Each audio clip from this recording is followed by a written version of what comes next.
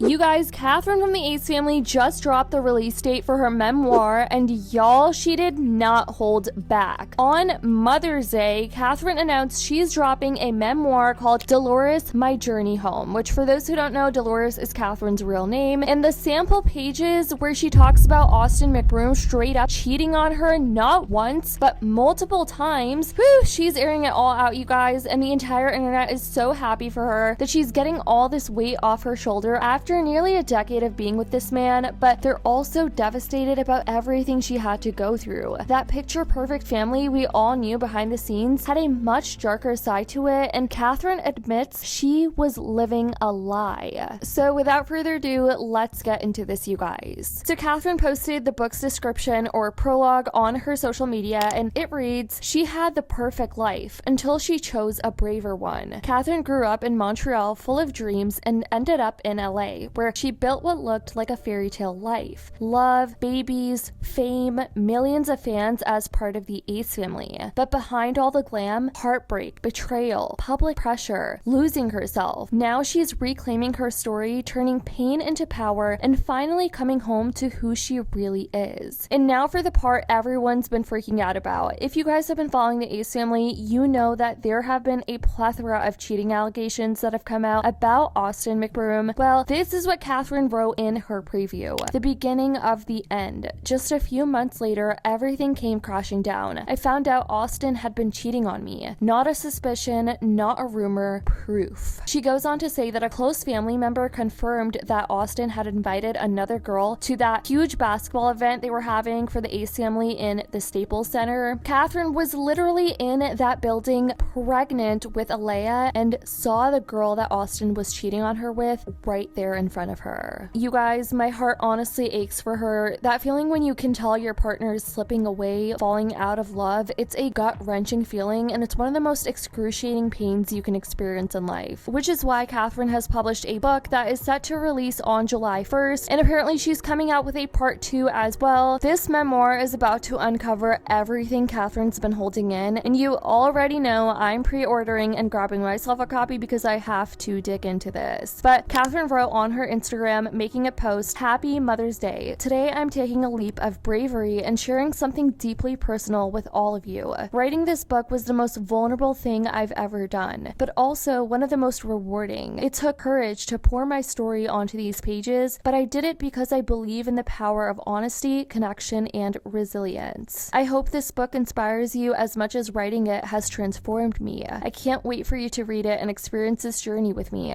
I'm thrilled to announce that my book is now available for pre-order, link in bio." So as I mentioned, Catherine's book excerpts are making rounds all over social media, and let's just say she isn't holding back. Let's get into it because trust me, you're gonna want to stick around for the plot twist nobody saw coming. The whole situation is so heartbreaking. For all the years that we were on YouTube, Austin was the machine behind everything. The funny prank ideas, the editing, the sleepless nights at the computer, piecing together the version of us the world would see. We never hired an editor. It was all him. And me, I was the content overseer, the one who shaped it before, during, and after production. Long before I'd even met Austin, I'd been interested in film production and for years had studied on my own how movies and for-camera content were made. I learned how stories were told and how to find the heart of an interesting narrative. I had more ideas than I knew what to do with. I created, I refined our vision for the content, I managed logistics, approved videos, kept things running smoothly. I was also raising our children, breastfeeding, managing a household, all full-time jobs in themselves, while also staying perfectly camera ready, hair, makeup, nails, fitness, skin, through it all. Together, Austin and I were a dynamic duo, the secret sauce that made our YouTube channel so popular, the perfect blend that made it all happen. And yet, strangely, the more I watched my husband work, the more I dismissed my own contributions. As a woman with traditional family values, I put Austin on a pedestal. I made sure he knew he was seen and that his efforts were appreciated, but I didn't know if he saw me.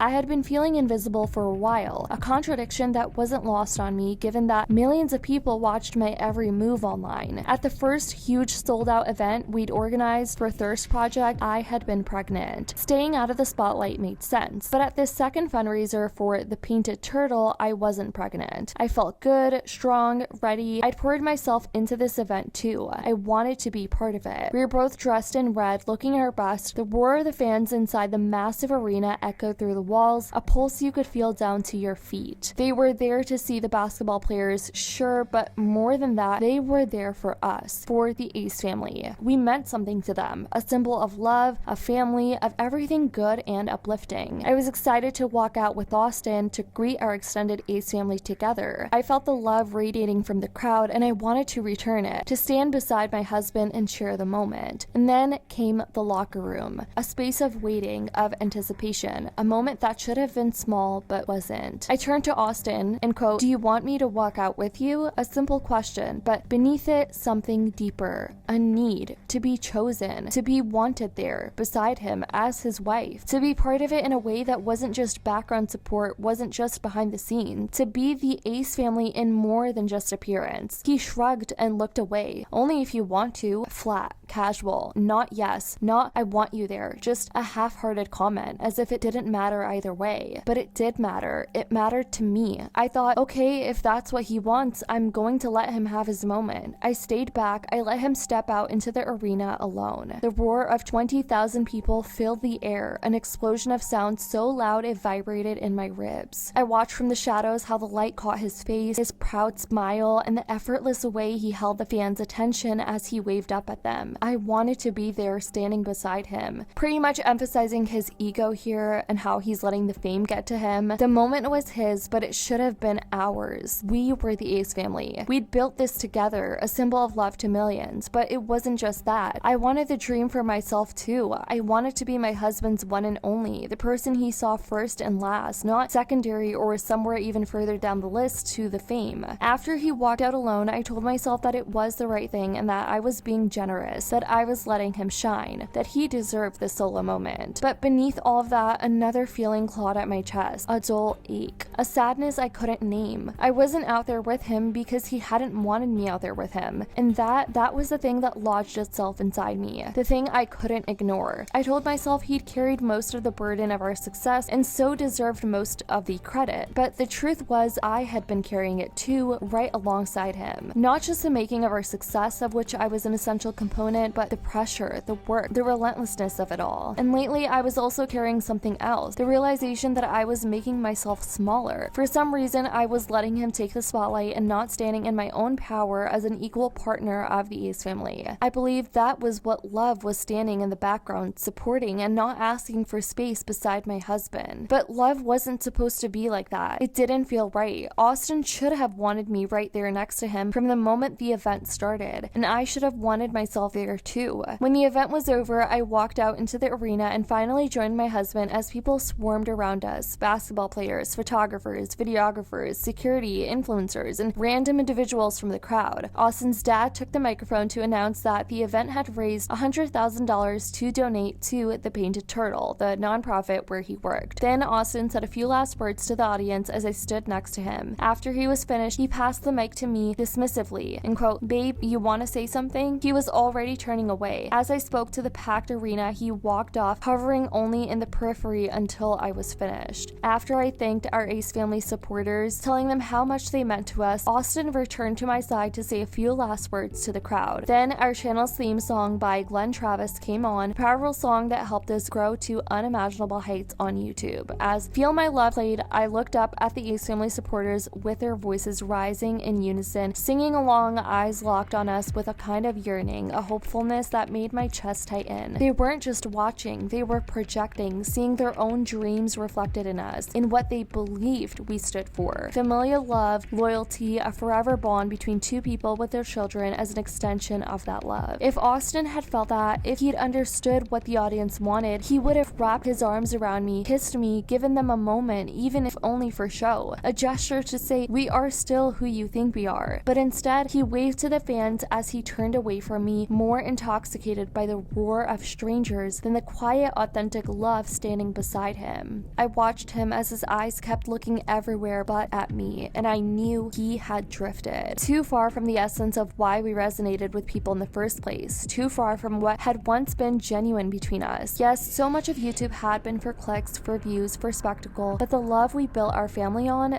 that had been real. And that's what they wanted, what they had always wanted. Not Austin waving to them alone, Not him standing apart like another famous influencer, but us. That's what I wanted too. My heart felt heavy as I watched my husband, but I did what I did best. I masked it. When the song finished, he made the rounds, smoozing with people who fed his ego until it was time to go home. I didn't say anything to him that night. I should have. I should have grabbed his hand in the locker room and asked, "Why don't you want me beside you?" But I didn't. Instead, I filed it away, buried the pain. In that moment, though, I felt a subtle shift, the beginning of the end. And just a few months later, everything came crashing down for real. I found out Austin had been cheating on me. Not a suspicion, not a rumor, proof. I realized then why he hadn't wanted to walk beside me, why it had been so easy for him not to. He'd already broken his vows. He'd already been gone from me longer than I had known. A close family member of his admitted to me that he'd invited a girl to that very Staples Center event the same night I'd convinced myself I was being selfless for letting him have his moment. I'd seen her there, pretty, a hanger on, staying just close enough to feel out of place, yet comfortable enough to belong. I had noticed her in the way you catch something that doesn't quite fit a puzzle piece jammed into the wrong spot. I'd even wondered who invited her. Now I knew. It all made sense. The way he hadn't wanted me next to him, the shrug, the indifference, the way he treated me that night as if I were a thorn in his side. The distance that had been stretching between us widened like a crack in a foundation too stubborn to crumble all at once. In an instant, it all connected. That realization wasn't an explosion. It wasn't rage or shouting or throwing things. It was slower, heavier, a knife to the gut that didn't cut fast but pressed in deeper and deeper until I could feel it in my bones, or rather my heart. It wasn't just a betrayal. It was the realization that I had been living inside a lie. That our life, the one we had built with camera angles and clickbait and perfectly timed edits, was hollowing out beneath me, an illusion created for millions to see but never for me to truly live. The relationship, the love that had once been true, had evaporated before my eyes, dissipating into the air like a vapor, leaving nothing behind but the ache of knowing it had been slipping away long before I ever saw it. All the things I had ignored, brushed aside, rationalized, they hadn't been paranoia. They had been real. After that, I turned inward. Inside, I questioned everything about Austin, everything that had come before, every late night editing session, every last minute excuse, every glance at his phone that ended with the screen tilted just out of my view.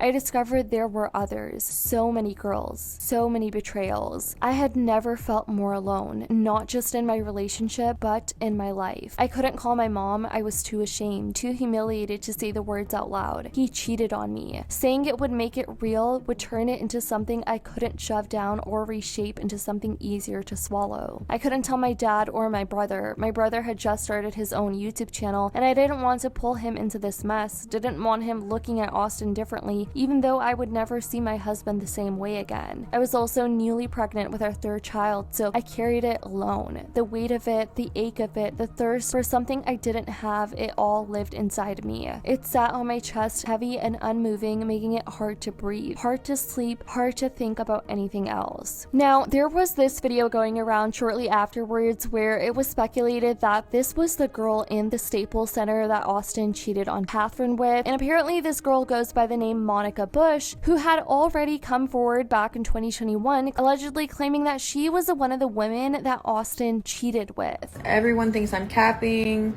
I'm gonna provide you with a little more. They wanted the Uber receipt. Here's the Uber receipt. There's my hotel. There's the house in Malibu. If you know California, you know that's Malibu. Why did I scribble the name out? I don't know. Honestly, I thought it was illegal. I also could just change anybody in my phone to his name, so. But here's a little proof that he is in my contacts.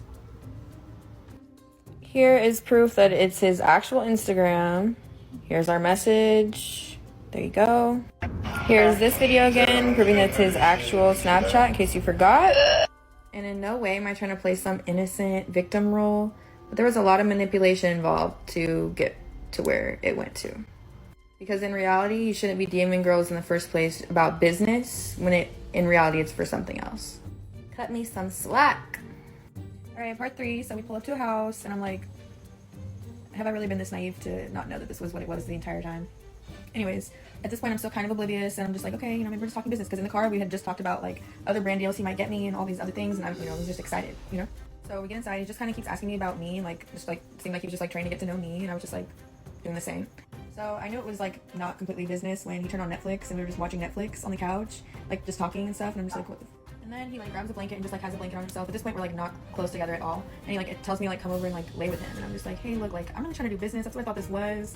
Like for part 4 though.